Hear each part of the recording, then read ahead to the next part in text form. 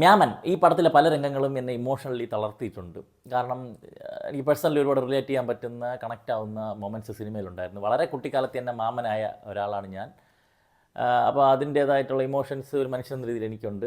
Apart from that, പടം എങ്ങനെയുണ്ടെന്ന് ചോദിച്ചു കഴിഞ്ഞാൽ, സ്വാസിക, ഐശ്വര്യ ലക്ഷ്മി, സൂരി, അതുപോലെ രാജ് കിരൺ, പിന്നെ രാജ് കിരൻ്റെ ഭാര്യ, സൂര്യയുടെ അമ്മ, സ്വാസികയുടെ ഭർത്താവ്, ഒരു ചെറുക്കൻ, ഇങ്ങനെ ഇതിലുള്ള എല്ലാവരുടെ അന്യായ പെർഫോമൻസാണ്. എസ്പെഷ്യലി സ്വാസികയും ഐശ്വര്യലക്ഷ്മിയും എടുത്ത് പറയേണ്ട പെർഫോമൻസാണ്. കാരണം അമ്മ അതിൽ അറിഞ്ഞ് ഒരു പടത്തിൻ്റെ അവർ വാങ്ങിച്ചതിൻ്റെ 10 ഇരട്ടി അവർ അഭിനയിച്ചിട്ടുണ്ട് ഈ പടത്തിൽ.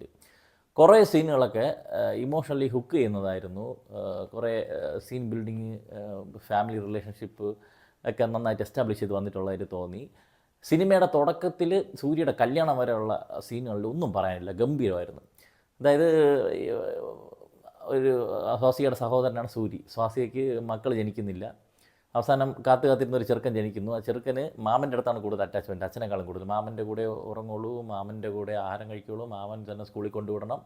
അങ്ങനെ ഭയങ്കര വാശിയുള്ള, അത്രയും ഇമോഷണലി ബോണ്ടിങ് ആയിട്ടുള്ള ഒരു മാമനും പെങ്ങടെ മോനും തമ്മിലുള്ള ഒരു കണക്ഷൻ. അതങ്ങനെ പോയിട്ട് അത് അവൻ്റെ കുടുംബജീവിതത്തിൽ എങ്ങനെ ബാധിക്കുന്നു, തുടർന്നുണ്ടാകുന്ന സംഭവങ്ങളൊക്കെയാണ് ഈ പറഞ്ഞ. തുടക്കത്തിൽ ഈ സംഭവങ്ങളൊക്കെ നല്ല രീതിയിൽ എസ്റ്റാബ്ലിഷ് ചെയ്ത് ഇമോഷണലി കണക്റ്റായി നന്നായിട്ട് തന്നെ പോയിട്ടുണ്ടായിരുന്നു. ഒരു ഫൈറ്റ് സീനുണ്ട്, ആ സീൻ നന്നായിട്ടുണ്ടെങ്കിലും അതൊക്കെ ഫോഴ്സ്ഡ് ആയിട്ട് ഏച്ചു കെട്ടി വല്ല ഹീറോയിസം കാണിക്കാൻ വേണ്ടിയിട്ട് ഉണ്ടാക്കിച്ച പോലെ ഫീൽ ചെയ്ത് ഒഴിച്ച് കഴിഞ്ഞാൽ ഈ കല്യാണം വരെയുള്ള സീനുകൾക്കൊന്നും ഒരു പ്രശ്നമില്ലായിരുന്നു. കല്യാണം കഴിഞ്ഞ് ഐശ്വര്യലക്ഷ്മി സൂരി കല്യാണം ഇതൊരു പ്രണയമൊക്കെ നന്നായിട്ടുണ്ടായിരുന്നേ.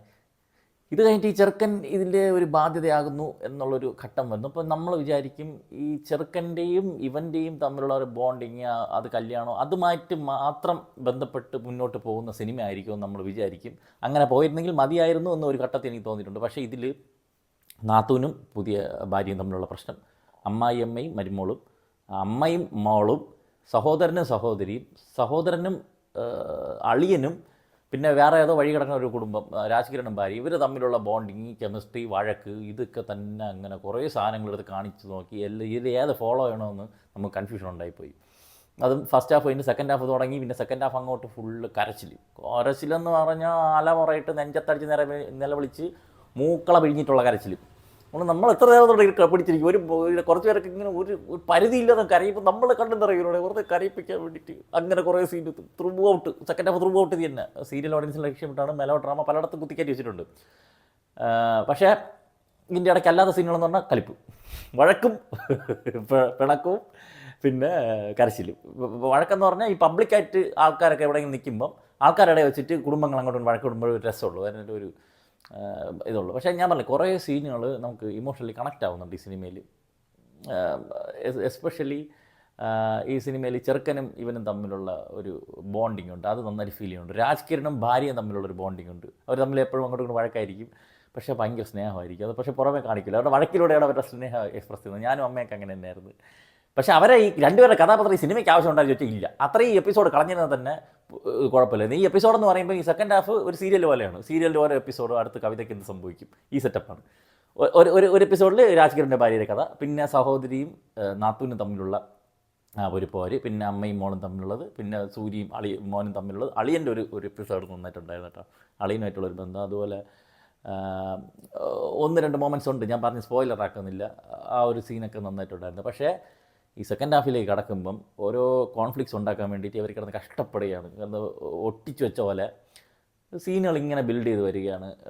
എസ്പെഷ്യലി സൂര്യയും ചെറുക്കൻ സൂര്യയെ കാണാതിരിക്കാൻ വേണ്ടിയിട്ട് അമ്മ ഒരു കാര്യം ചെയ്യുന്നുണ്ട്, അതൊക്കെ ഭയങ്കര ക്രിഞ്ചായിപ്പോയി.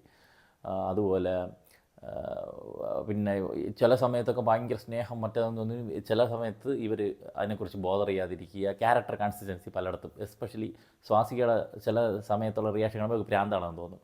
അതുപോലെ ഐശ്വര്യലക്ഷ്മിയിൽ ഇത് അടുത്ത ഒരു സാധനം ഉണ്ടാക്കാൻ വേണ്ടിയിട്ടാണ്. ഇത് പലതും കുഞ്ഞു കുഞ്ഞു കാര്യങ്ങളാണ്. നമ്മൾ ഇപ്പോൾ ഇതൊക്കെ കോമഡി ആയിട്ട് നമുക്ക് തോന്നും, പക്ഷേ റിയൽ ലൈഫിൽ ഫാമിലികൾ തമ്മിൽ കല്യാണം കഴിയുമ്പോഴും ചില അതുവരെ ഉണ്ടായിരുന്ന ബന്ധങ്ങൾക്ക് ഉലച്ചിൽ സംഭവിക്കുന്നത് വളരെ കുഞ്ഞു കുഞ്ഞു കാര്യങ്ങൾക്ക് വെച്ചിട്ടാണ്. വലിയ ഒരു ഇൻ്റർനാഷണൽ പ്രശ്നങ്ങളൊന്നും അവർക്കിടയിലില്ല. ഇത് പറഞ്ഞു തീർക്കാവുന്ന പ്രശ്നങ്ങളുള്ളൂ. ഇതിലൊരു കോമഡി എന്ന് പറഞ്ഞാൽ ഇവരുടെ ആരുടെ പോയിന്റ് ഓഫ് വ്യൂവിലും ഇവർ വേറൊരാൾക്ക് എക്സ്പ്ലെയിൻ ചെയ്ത് കൊടുക്കുമ്പം ഞാനോളും തമ്മിലുള്ള പ്രശ്നം ഇതാണ് എന്ന് എക്സ്പ്ലെയിൻ ചെയ്ത് കൊടുക്കുമ്പം ഇവരുടെ ഭാഗത്തുള്ള ന്യായം മാത്രമേ ഇവർ പറയത്തുള്ളൂ. അത് കാണുന്നവർക്ക് തോന്നും ഇവർ പറഞ്ഞാൽ ശരിയാണല്ലോ എന്ന് തോന്നും. എന്നാൽ മറ്റവൻ പോയി പറയുമ്പോൾ അവൻ്റെ ഭാഗത്ത് ശരിയാണ് നോക്കി കേൾക്കേണ്ടത് തോന്നും. ഇവരുടെ എല്ലാവരുടെ ഭാഗത്ത് ശരികളുണ്ട്, എല്ലാവരുടെ ഭാഗത്ത് തെറ്റുകളുണ്ട്. ഇത് പരസ്പരം അണ്ടർസ്റ്റാൻഡിങ് ചെയ്യുന്നതിൻ്റെ ഒരു വിഷയമാണ് കുടുംബങ്ങളിലുണ്ടാവുന്നത്. അത് കുറേ സീനിൽ നല്ല നീറ്റായിട്ട് ഇവർ കാണിച്ചിട്ടുണ്ട്. പിന്നെ എടുത്തു പറയാവുന്നത് ഇതിൽ ഞാൻ പറഞ്ഞ പെർഫോമൻസുകൾ കിടിലായിരുന്നു. ഹിഷാം അബ്ദുൾ വഹാബിൻ്റെ മ്യൂസിക് ഗംഭീര മ്യൂസിക്കായിരുന്നു. പൊട്ട് തൊട്ട പൗർണമി അതുപോലത്തെ ഒരു സീനിൽ അതേ പാട്ട് തന്നെ തമിഴിലോട്ടാക്കി കയറ്റി വെച്ചിട്ടുണ്ട്. കേൾക്കുമ്പോൾ ഒരു ഫീൽ ഉണ്ടായിരുന്നു. പക്ഷേ ലിറിക്സ് വരുമ്പോൾ നമ്മൾ മറ്റത് കേട്ട് ഇരിക്കുന്നതുകൊണ്ട് നമുക്ക് വലിയൊരു ഇത് തോന്നുന്നില്ല. പക്ഷേ സിനിമയുടെ ഫീലിൽ അത് പോകുന്നുണ്ടായിരുന്നു. ഈ പടം മൊത്തത്തിൽ നോക്കുമ്പോൾ പിന്നെ ക്ലൈമാക്സ് അങ്ങോട്ടൊക്കെ ഈ പറഞ്ഞ മെലോ ഡ്രാമ കുത്തിക്കയറ്റി ഒരു ചെറുക്കനെ കാണേണ്ട ഒരു ആവശ്യകത വരികയാണ് സൂര്യക്ക്. ആ സമയത്ത് അതിനുവേണ്ടി ഉണ്ടാക്കിയ സീനൊക്കെ എല്ലാം ഫോഴ്സ്ഡ് ആയിട്ടാണ്. രാജ്കിരണിൻ്റെ ക്യാരക്ടറിൻ്റെ ഇതൊക്കെ ഒരു ഇത് ഫോഴ്സ്ഡ് ആയിട്ട് നമുക്ക് ഇത് തന്നെ സംഭവിക്കും എന്നുള്ളത് നമുക്ക് നേരത്തെ അറിയാതും. അതൊക്കെ ഒരുപാട് സമയം ലെങ്ത് ഫീൽ ചെയ്തു. അവസാനം ക്ലൈമാക്സ് ഒക്കെ എത്തിയപ്പോഴേക്കും പിന്നെ നമ്മുടെ മലയാളം പഴയ 90s സിനിമയിലുണ്ടല്ലോ എല്ലാം കഴിഞ്ഞ് അടിയും പൊളവും വെടിയും പുകയാൻ കഴിഞ്ഞിട്ട് ലാസ്റ്റ് എല്ലാവരും കൂടി കിണിച്ചോണ്ടിരിക്കണേ ഡയറക്ടർ ബൈ ഇന്ന ആളെന്നുകൊണ്ട് ഇത് കാണിക്കുന്ന പരിപാടി ഉണ്ടല്ലോ, അങ്ങനത്തെ ഒരു ക്ലൈമാക്സ് ഒന്നും തീരെ വർക്കൗട്ടായില്ല. പക്ഷേ ഞാൻ പറഞ്ഞില്ല, ഇതിൻ്റെ ഫസ്റ്റ് ഹാഫ് തുടക്കം ഉടനീളം പിന്നെ കുറേ കാര്യങ്ങൾ പേഴ്സണലി ഞാൻ പറഞ്ഞില്ല, ഇവരിങ്ങനെ കരഞ്ഞിരിക്കണം, അലമുറയിട്ട് കരഞ്ഞ് പണ്ടാറ തുടങ്ങിയിരിക്കുമ്പം നമുക്ക് കാണുമ്പോൾ നമ്മൾ മനുഷ്യരിലുണ്ട് അലിഞ്ഞു പോകും. എന്തിനാ കറക്റ്റ് ആ പെർഫോമൻസ് കൊണ്ട് നമുക്കൊരു ഇത് വരും കേട്ടോ. ഐശ്വര്യലക്ഷ്മി പല വെറൈറ്റി ആയിട്ടുള്ള കരച്ചിലുകളുണ്ട്. പ്രഗ്നൻ്റ് ആണെന്ന് പറയുമ്പോൾ ഉള്ള ഒരു എക്സ്പ്രഷൻ, അങ്ങനെ കുറേ മൈന്യൂട്ട് സാധനങ്ങൾ ഈ സിനിമയിലുണ്ട്. സൂര്യയുടെ ക്യാരക്ടർ അവൻ അനുഭവിക്കുന്ന ഒരു മാനസിക സംഘർഷം. പക്ഷേ ഇത് കുറച്ച് ഓർഗാനിക്കായിട്ട് എടുത്തിട്ടുണ്ടെങ്കിൽ നന്നായിട്ടെന്ന് എനിക്ക് തോന്നി. ഇത് മനഃപൂർവ്വം ഫോഴ്സ്ഡ് ആയിട്ട് ചില കഥാപാത്രങ്ങൾ ഈ സമയത്ത് ഇങ്ങനെ ബിഹേവ് ചെയ്യുന്നവരല്ലടേ എന്ന് നമുക്ക് തോന്നിപ്പോവും ഇവരിങ്ങനെ.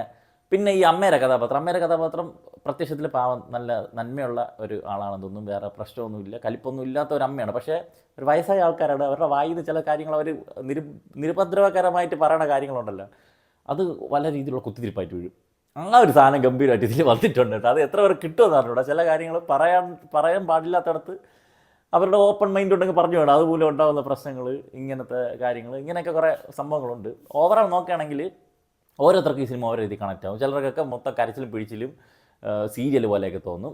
കുറേ പേർക്ക് പേഴ്സണലി എന്തെങ്കിലുമൊക്കെ കഥാപാത്രങ്ങളുമായിട്ടൊക്കെ എവിടെയെങ്കിലുമൊക്കെ നമ്മളൊരു കൂട്ടുകുടുംബം അല്ലെങ്കിൽ നമുക്കൊരു വലിയ ഫാമിലി സഹോദരങ്ങളുണ്ട്, സഹോദരൻ അങ്ങനെയാണെങ്കിലും സഹോദരിയുടെ മക്കളുണ്ടെങ്കിലും ഇവർ തമ്മിൽ എന്തെങ്കിലും പിണക്കങ്ങളൊക്കെ ഉണ്ടായിട്ടുണ്ടെങ്കിലൊക്കെ ഈ സിനിമ പല സീനുകളും കണക്റ്റ് ആവും, അത് ഉറപ്പാണ്. ഓവറോൾ നോക്കുമ്പം സ്ക്രിപ്റ്റ് വൈസ് ഇത് ഒരു ഈ ടൈപ്പ് ഓഫ് ഓഡിയൻസിനെ ലക്ഷ്യമിട്ടുള്ള സിനിമയാണ്. സീരിയൽ ഓഡിയൻസിന് അവർക്ക് നന്നായിട്ട് വർക്കൗട്ട് ആവും. നല്ലൊരു ടവലൊക്കെ എടുത്ത് വെച്ചിട്ട് ടിഷ്യൂ പേപ്പറൊക്കെ ഇരുന്ന് കഴിഞ്ഞാൽ സെക്കൻഡ് ഹാഫ് നിറച്ച് കരഞ്ഞ് അർമാദിക്കാനുള്ള സാധനങ്ങൾ ഈ പടത്തിൽ ചെയ്തു വെച്ചിട്ടുണ്ട്. അല്ലാതെ ഒരു സിനിമ എന്നുള്ള രീതിയിൽ കൺസിഡർ ചെയ്യുമ്പം പലയിടത്തും ഫോഴ്സ്ഫുഡായിട്ട് സിറ്റുവേഷൻസ് ഉണ്ടാക്കി മെലോ ഡ്രാമ കുത്തിക്കയറ്റി നീ കരഞ്ഞ് തൂറിയിട്ട് പോയാൽ മതിയടാ എന്ന് പറയുന്ന രീതിയിൽ പ്ലേസ് ചെയ്ത് വെച്ചിരിക്കും പോലെയാണ് എനിക്ക് ഫീൽ ചെയ്തത്. ഓവറോൾ ഒരു ഇതുപോലത്തെ സീരിയലൊക്കെ ഇഷ്ടമുള്ളവർക്ക് നിർബന്ധമായിട്ടും കാണാം. കുഴപ്പമില്ലാത്ത ഒരു സിനിമ. കുഴപ്പമില്ല എന്ന് പറയാൻ പറ്റില്ല, ഇത്രയും കുഴപ്പങ്ങളുണ്ട്. എന്നിരുന്നാലും ഒരു അപരാധം കൊള്ളൂല എന്ന് എനിക്ക് പറയാൻ തോന്നുന്നില്ല. കാരണം പേഴ്സണൽ കാരണങ്ങൾ ഉണ്ട് അതിൽ. എന്തരാ വരട്ടെ.